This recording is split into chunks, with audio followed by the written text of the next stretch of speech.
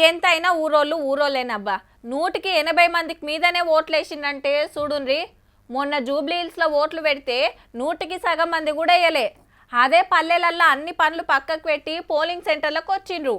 పట్నంలో చదువులకని జాబ్లకని వచ్చినోళ్లకు ఫోన్లు చేసి మరీ పిలిపించిండ్రు పక్కా ఓటేయాల్సిందే అని. ఇంటి పక్క గల్లీలనే సెంటరు అట్లా పోయిండ్రు. ఏలుకు ఇంక అంటించుకొని వచ్చిండ్రు. ఇవాళ ఓట్ల జాతర ఎట్లా నడిచింది అంతా అరుచుకుందాం పాన్రి.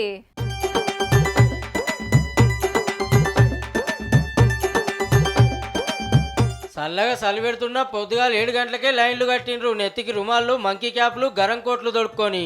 సర్పంచ్ కి గులాబీ, వార్డు మెంబర్ కు తెల్ల బ్యాలెట్. లోపలికి పోగానే 2 పేపర్లు ఇచ్చి ఏలికి ఇంకట్టిచ్చినాక సాటుకు పోయి నచ్చిన గుర్తు మీద ఓటేసి కాగితాలు మలిసి పెట్టలేసిండ్రు. నడవ శాతగానోళ్లకు పయ్యాల కుర్చీలు పెడితే ఆడాడ పేషెంట్లను అంబులెన్స్ లో తీసుకొచ్చిర్రు. రంగారెడ్డి జిల్లా వీరపల్లిలో 102 ఏండ్లవ్వ ఓటేసిందుల్లో. ఊర్లలో ఓటుకు అంత ఇల్విస్తారు మళ్ళా.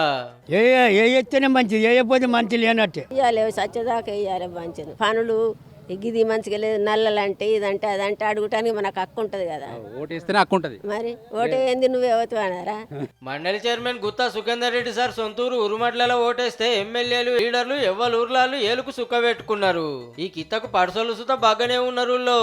చాలా హ్యాపీగా ఉంది ఫస్ట్ టైం కాబట్టి. ఇది second time vote for change. ఈ చెల్లెమ్మ పెద్ద చదువుకు అస్సాం రాష్ట్రం పోతే అంత దూరంకెళ్ళి వచ్చింది ఓటేస్తానికి.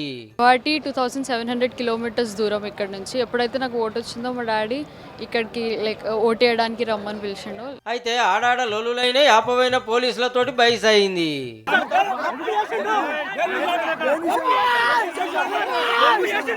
రంగారెడ్డి జిల్లా ఎక్లాస్ ఖాన్పేటలో బీఆర్ఎస్ వాళ్ళు పైసలు పంచుతుంటే అడ్డం పడ్డందుకు కార్లతో టక్కరిస్తే కొందరికి దెబ్బలు తాకినాయి. షాపూర్లో ఒకరికేయబోయి ఇంకొకరికి ఓటేసినానికి అన్న బ్యాలెట్ పేపర్ చింపేస్తే జగిత్యాల జిల్లా వెంకటాపూర్లో మంచిగా పెగ్గేసి సెంటర్కి పోయి ఓటేసి ఆ పేపర్ మింగిండో కాక.